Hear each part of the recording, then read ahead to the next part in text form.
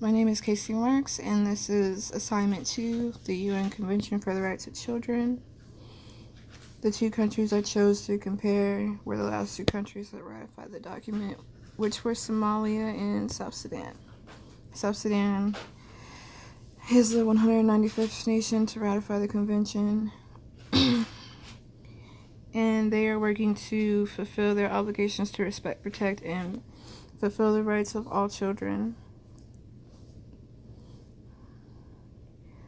South Sudan has a lot of problems with high levels of violence, gender-based violence, exploitation and abuse, and deprivation of the children. South Somalia has been controversial with the use of their children soldiers and has one of the highest child mortality rates for children under 5 years old, alarming malnutrition rates, and very high levels of violence affecting the children in that country. Somalia has committed to uphold the dignity and worth of every child and translate the obligations of the CRC into concrete actions, especially for those children in the greatest need and at greatest risk.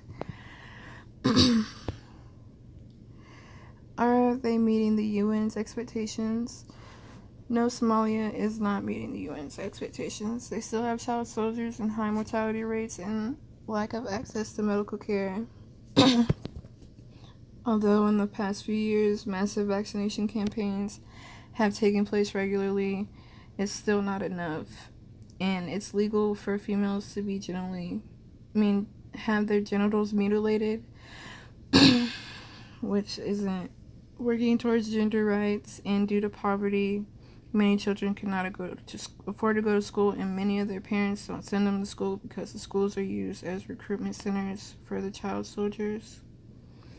Well, in South Sudan, the government has been working on implementing ways to improve the welfare of the children by reintegrating the children soldiers into society, bettering the resources for refugee children, working on the rights to education and healthcare, and protecting young girls from forced marriages, and working on giving the children rights to an identity, which is a lot of the main concerns of the CRC.